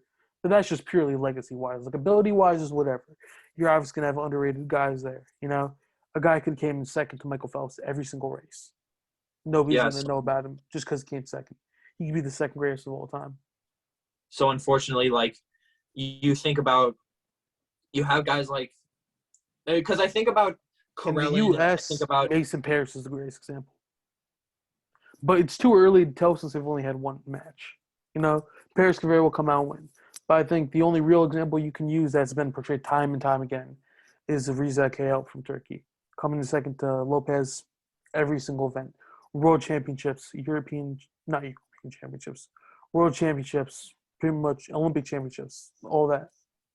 Yeah, I think with the part of legacy is always going to be the quality of wins, right? Because everyone knows, like, Muhammad Ali beat Sonny Liston and fucking. I'm so sorry, I just blanked. I literally have like his biography somewhere in my room, but and Mike Tyson was just known for, like, he's the smaller guy and he was just knocking these giant dudes the fuck out. Yeah. But then Floyd Mayweather, if you ask most people, all right, what's Floyd Mayweather's biggest win? Pac-Man. That's their first answer, right? Well, what other notable guys? Because even though I blanked on Ali and Tyson, but I know that on any other given day, I can name at least 2 or 3 huge names that they beat, right? Okay. Mayweather has Pac-Man, and unless you're a hardcore boxing fan, because then, you got Canelo, and I'm not a hardcore boxing fan. I just vaguely follow combat sports, right? But so you have guys like Karelin and Saitiev, and it doesn't take anything away from them. It's just like, who did they beat? Even, like, I'm a huge maniac about wrestling, right? It's like Karelin, no, not Karelin. Satiev's brother beat Yoel Romero, right? Yoel Romero. He pinned him, right? Yep. I've watched that match. It is that match sums up why I love freestyle. But and also what Saitiev did is just so impressive just because he was an undersized 84 kilo. And so the name value becomes a problem, right? So, like you said, no one remembers who came in second place, right? Except for when Rulon beat Karelin. Mm-hmm. And that's part of the biggest thing for me. I think that speaks to Karelin's GOAT status simply because his last competition, he came in second. And everyone knows who he is. And there's a lot of apologists. I don't agree with them. I hate that crap where they're like, oh, Rulon just stalled. Yeah. It's like, no, that's how you beat Karelin. Now, everyone likes to say also that's more on Karelin for, like, you're down 1-0, guy gets an escape in a folk style match in high school. You pick neutral. You don't take a single shot. Who's that on? The other guy or is that on you for not taking the shot? Yeah. You I don't know, I know think that's very more on much. Karelin for not making an attempt to score there. I've said that before. I think it's always going to be a good match for discussion. You know, the whole clinch rule, but I'm going to call complete bullshit on that Karelin didn't know the rule. I don't believe that for a second. Right. What I know very little about Greco. I have no Hmm. competition experience. I have a little bit of practice experience in Greco. But in terms of like being down 1-0, obviously it's going to be very tough to score, right? And Hmm. if you think about winning the Olympics, if I'm up by 1 point and there's like 30 seconds left on the clock, I'm not going to Yeah, open up. passivity cannot be called. Yeah. I don't know how difficult it can be. I actually no, I do. I It's know like how difficult it can be to open up someone who like they're dead set on winning now, right? They don't care about like racking up points. It's like they're just like, all right, and especially survive, when you're win. supposed to be, the match should be over by now. You should, like according to everybody else, you should attack them by now. Like that's crazy to me thinking about that. Like the first time they wrestled, Rulon said himself, Karelin dropped him on his head 3 times and tech folded him I 3 years think earlier. that's the thing that people always It's miss like too. People even if talk like you this was some fluke win where like Rulon didn't go in expecting to win. But if you watch interviews, that was the plan. like people, I swear people that are talking like he stalled, like they did not watch the match. People won't believe that Karelin got that Rulon gassed Karelin, but he did. Like, and that just makes Stephen crazy. Like, look at like Rulon's not the most physically built guy, but Karelin is. The He fact that doesn't look the Rulon part. gassed out Karelin, like if anybody make that match yours, if anybody score next, it's Rulon. And also this, you've looked into Greco a lot. You know Karelin's signature was the reverse body lift. Yep. Rulon was put down on the ground twice. Yep. Saying that guy is too fat for you not to lift is the absolute most bullshit statement possible. They both weigh They the both full made the weight. 285. I think he was 120 kilos back then too, so 265. Oh, really? Yeah, that's what I think it was. Mm, Or it was one. I think it was 130. May change back to 120. Go back to this. But yeah. even that, they both made the weight. Yeah. And like Karelin did that to everybody. And Mhm. it's not just, I think saying that Rulon was too fat for Karelin to lift is just saying that you don't know Greco. I said that I don't have very much competition Mhm. experience and very little practice experience, but I watch all styles of wrestling. There's a way to defend a reverse body lift, and it's pinning your hips, right? Because he's Yeah, trying to lift you up at the hips. yeah, So Rulon was not too fat. He just implemented the defense, right? I think it's unfair, and I've talked to you about this over DM. yeah. I think it's unfair to say that Rulon did not genuinely pull out that win, and then like the next day go on social media and be like, Kyle Dake is going to beat Jordan Burroughs. You know how Kyle Dake is going to beat Jordan Burroughs? By scoring like 2 or 3 points and then like brick wall, Yeah, and right? that's what he has to do to win the match. You know, I think if Cowdake gets one step up point, wins the match, you can't say that Jordan Burroughs just couldn't get past his defense. That's all it was. You know, Cowdake had better defense than he had offense that day. But I Yeah. guarantee you, if that happens, it's gonna be like this. I think you were the guy saying the same thing about the Jordan Burroughs versus David Taylor matchup. David Taylor knew, like, don't say that Jordan Burroughs not know the fucking rules to freestyle. Like that if 4 pushouts is not the same thing as 2 takedowns, right? You know that. David Taylor knows he has criteria. He won on criteria. Also, If part of the that would thing have with gave the him criteria, all that David Taylor would have never do is circle more, give up one less push up. That's really it. here's something that bugs me. Like people talk about like Jordan Burroughs slipped and he hurt something in his like groin. Yeah. Was that it? Yeah. You know what pisses me off? Everyone is always like, that shouldn't have been scored a takedown. If I'm wrestling in a match and I'm just like some measly high schooler, if I'm wrestling in a match and like some dude slips, I'm taking that go behind. Right? Like people forget it's a combat sport and there is no obligation to stop and be like, oh, are you okay? Right? You go, you get your takedown, and if the ref blows the whistle, he blows the whistle. Yeah, I see. I agree with that to an extent. See, this brings up a different conversation I really want to do. You know, again, like how coaches say keep wrestling till the whistle no matter what. Like if a guy pokes his eye, right, and then they run away with their eye, right? You have guys that are going to try to run behind them and tackle them, and then you have guys be like, okay, just let him go, right? I think there's a point where like you have to go get your two and do all that, but there's also a point where like as a man you need to like maintain like you can't do that.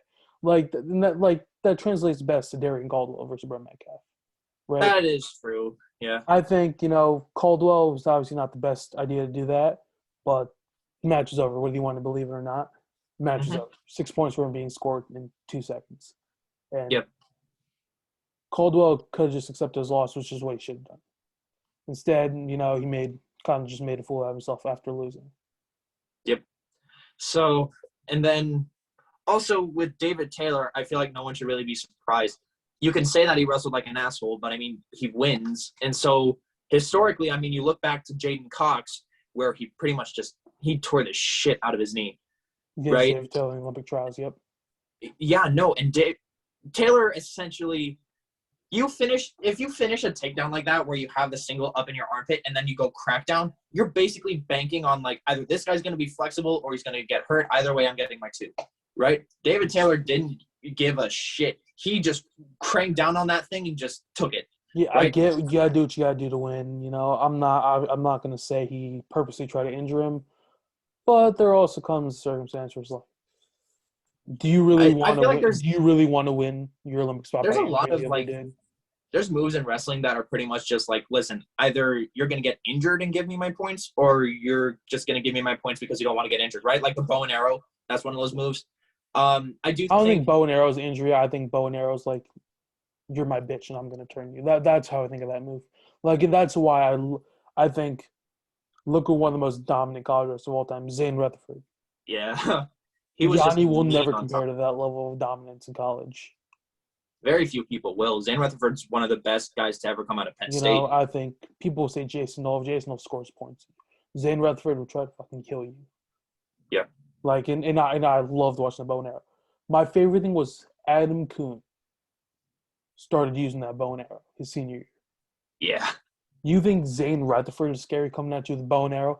Imagine a man that's cutting to 285, probably around 295 when he steps on that mat. Yeah. Ripping a bow and arrow on an undersized heavyweight just for fun to try to hurt him. Not Yep. Adam Coon's probably one of the nicest dudes you ever meet. I don't think he's trying to hurt him. You impose Yeah. your will. No friends on the mat. That's part of the thing with like Zane Rutherford too. It's such a like if you look at DeSanto, it's like off the mat you get what you see on the mat, right? Yeah. It's super intense.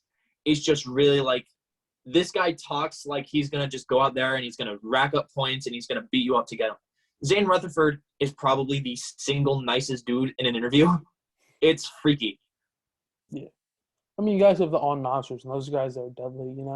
I remember at the beginning of this, you were talking about again, dude. Like, if the United States, like, if we didn't have different sports, that would be insane. Like, if let me just say this right now: Zion Williamson, Aaron Donald, as wrestlers.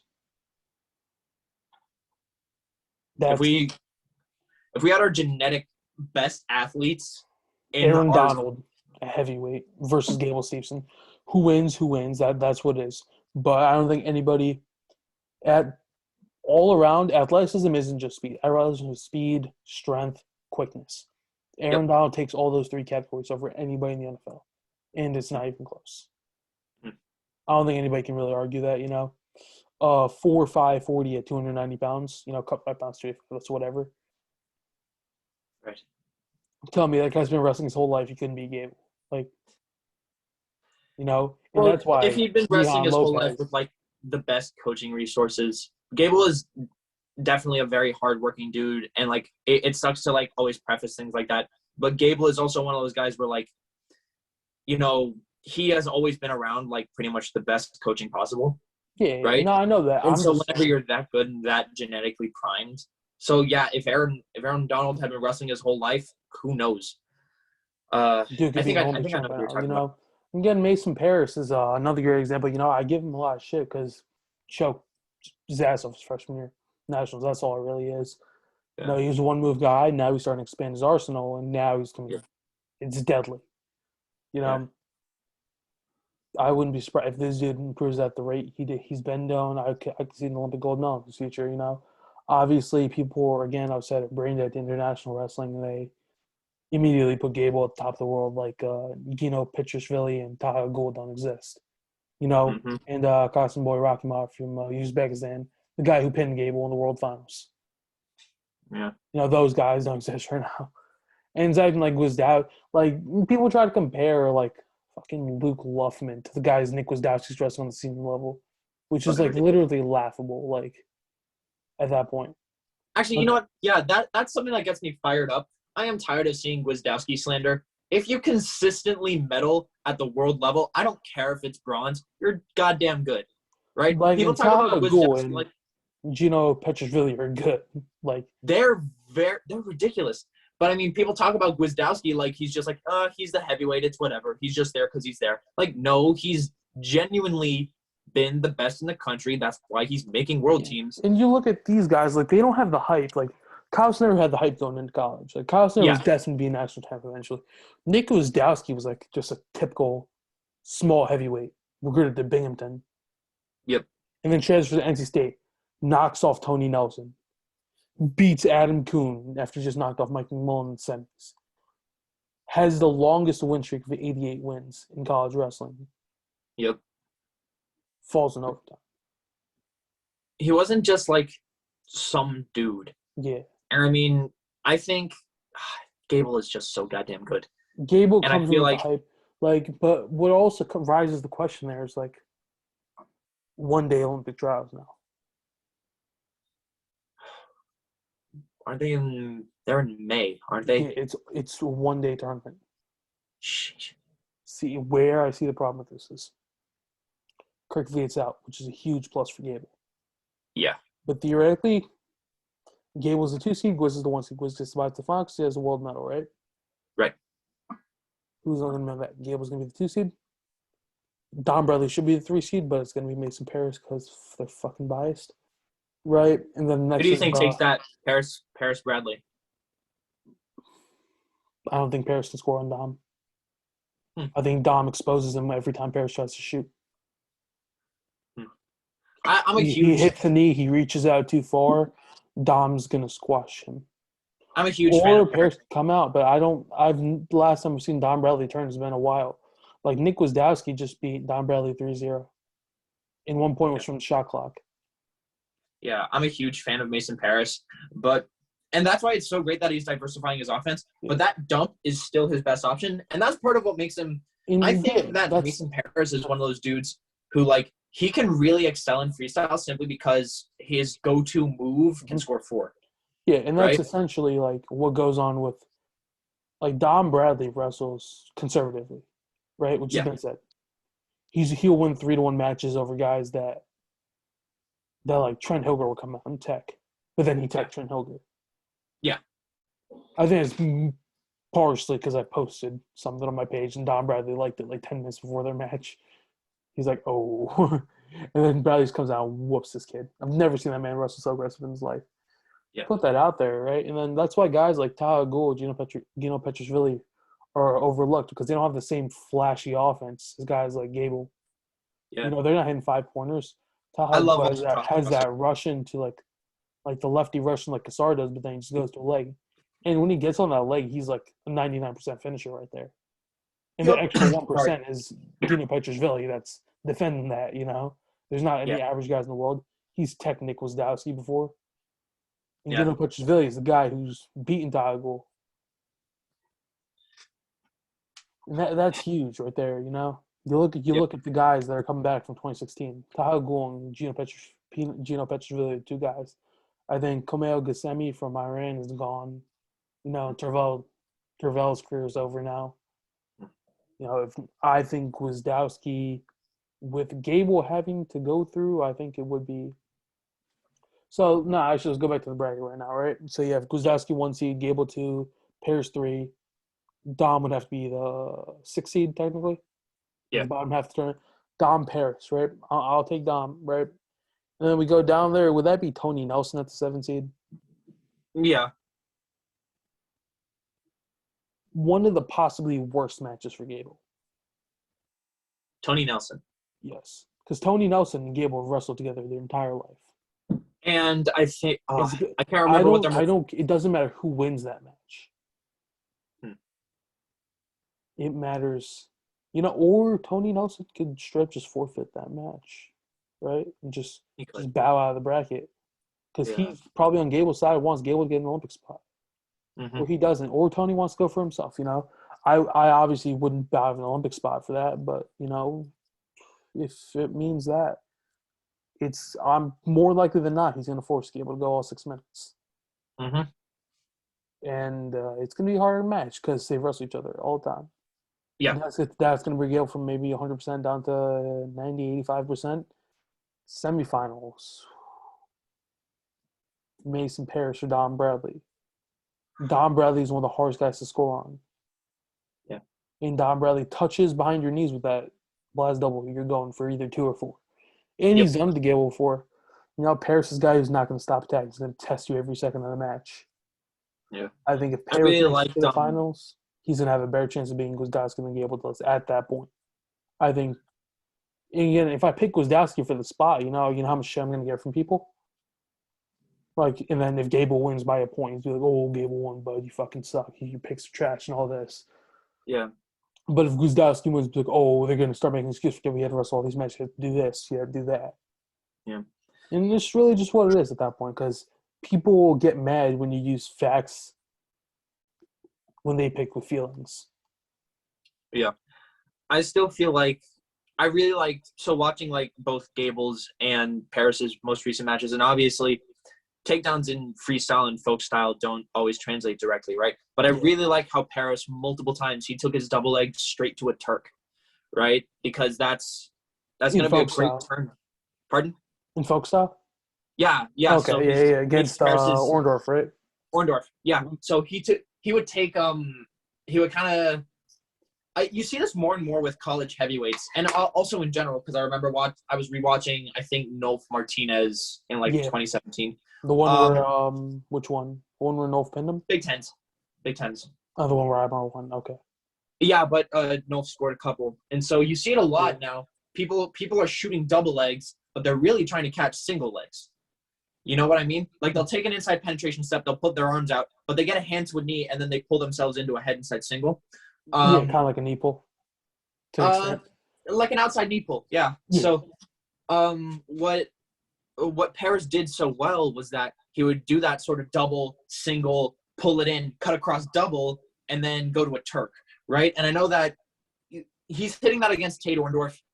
I feel like Gable Stevenson's number 1, Tate Orndorff is number 9. The normal gap between a number 1 and number 9 is substantial, but has it really been, though? I feel horrible for saying this, but it's just the gap between Gable and everyone else that isn't Parris is just gigantic.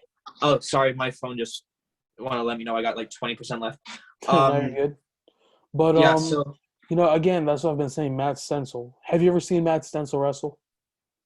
I pulled up. If you watch him wrestle, that man will hold the close match with Gable.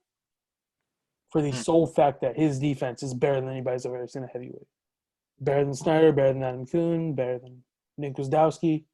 Dude will hit the full splits on you better than Jaden Cox does. Sheesh. And he's just a hassle to score on. And with Gable being able to finish so quick, if Gable doesn't finish quick on you, you can sprawl and stuff a shot. Yeah, that's the thing, too. I feel like that's been – so that's why the Parris-Gable matchup is so intriguing. Because I feel like no one else at heavyweight can match him athletically. Right? It's a combination of athleticism and technique that allows him to move so well. And again, I haven't seen I think that's a fair statement. I think his strength complements his athleticism so much. Yeah.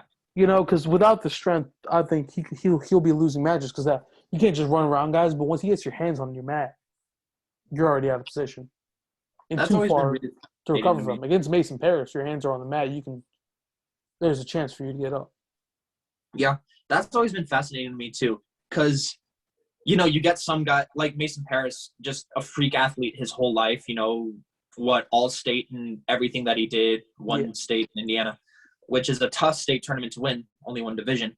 And so this is just something so specific, but Gable's athleticism is so tuned to wrestling, right? Because so what it was in my head was if you put Mason Parris and Gable Stevenson in a weight room, Mason Parris is probably putting more weight on a bar, right? But in terms of like putting your hands on somebody and moving them around, barbell strength does not go immediately, it does not translate directly into wrestling strength, right? I've wrestled guys where like I can put way more on a bar, or I've wrestled guys who could outlift me any day of the week. I literally once wrestled a guy who I was buddies with, and he could bench my squat, right? So the coach I wrestled with in high school was a former UFC fighter. I remember the dude Matt returned me with just his hands. yeah, Like didn't even load up his hips or anything. And I'm not small, dude. I was pushing 285. Yeah. And so Gable Stevenson and Mason Paris, that matchup is so intriguing in that Gable Stevenson will he'll put hands on you for as long as it takes to move your feet where he wants, and he can go low ankle or outside step.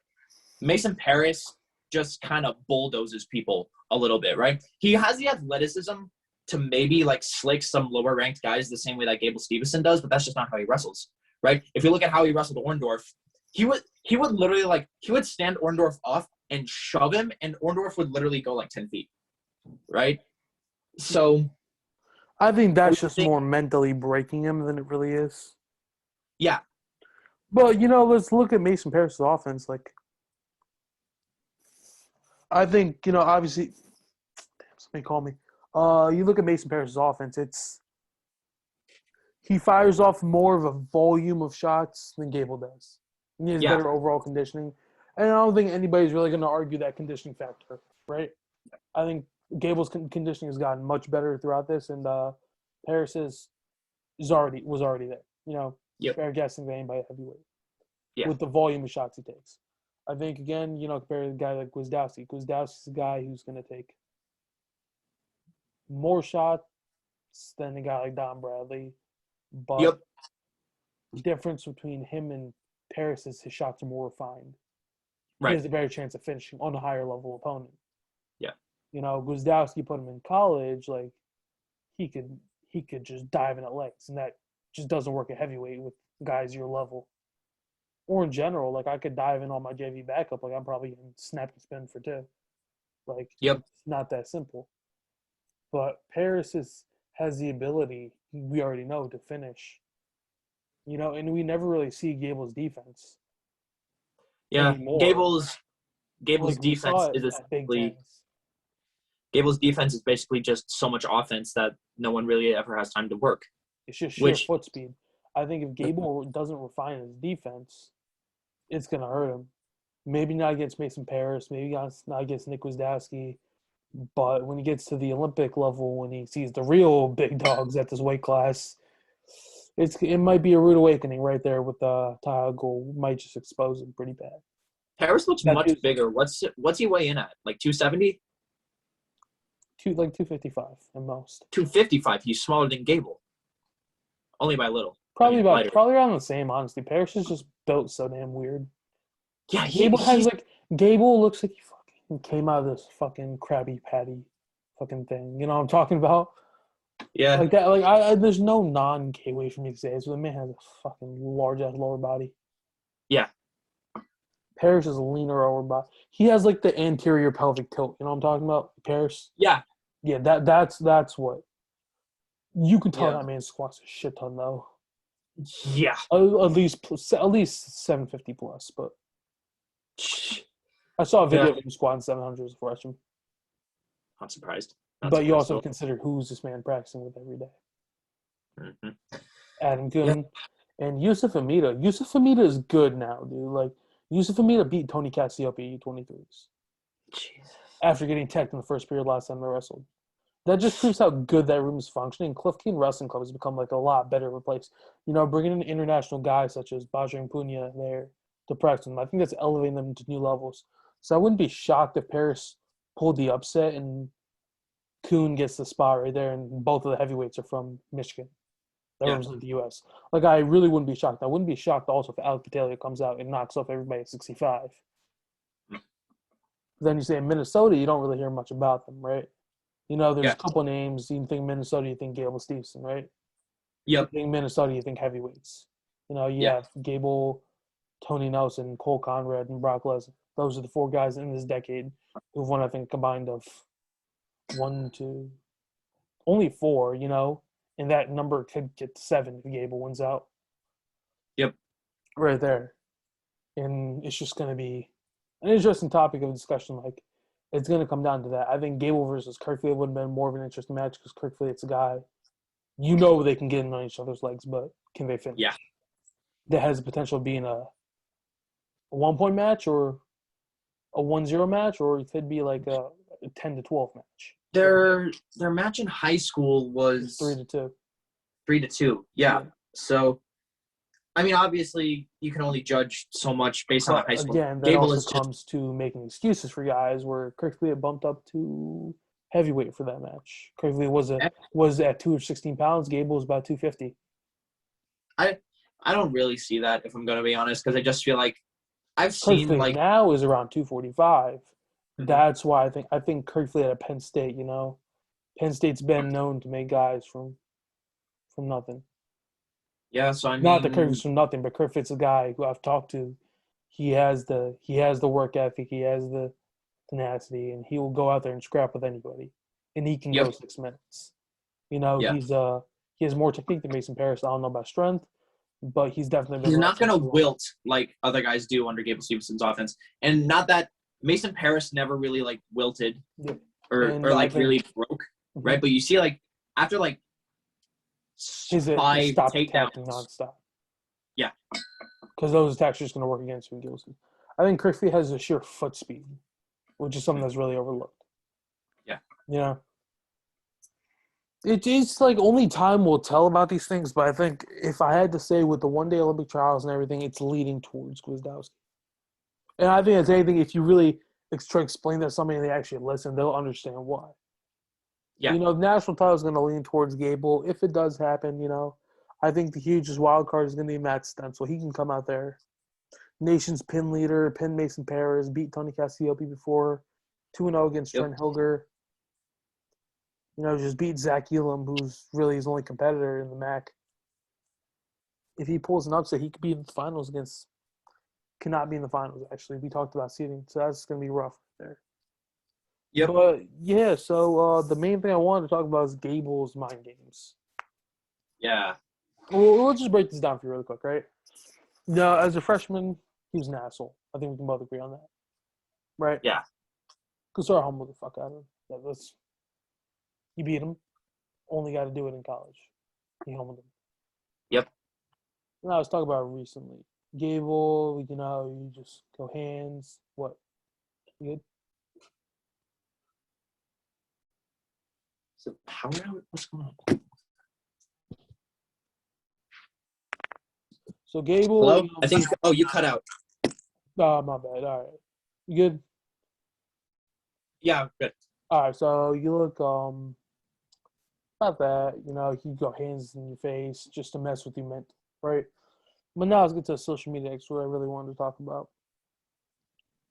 I got to watch the Big Ben's video yesterday and posted 27 minutes ago, 420 views, liked by Gable Stevenson.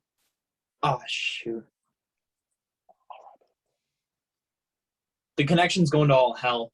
I don't know if it's on my end. Yeah, we'll start wrapping it up quick then. And I see a lot of these things from Gable every so often. I think this is something we'll continue in the next episode, though, if this is happening. But so, this is our, sorry, I don't know what's going on. I think our first comeback episode of the Late Night Shots podcast, episode 45 overall.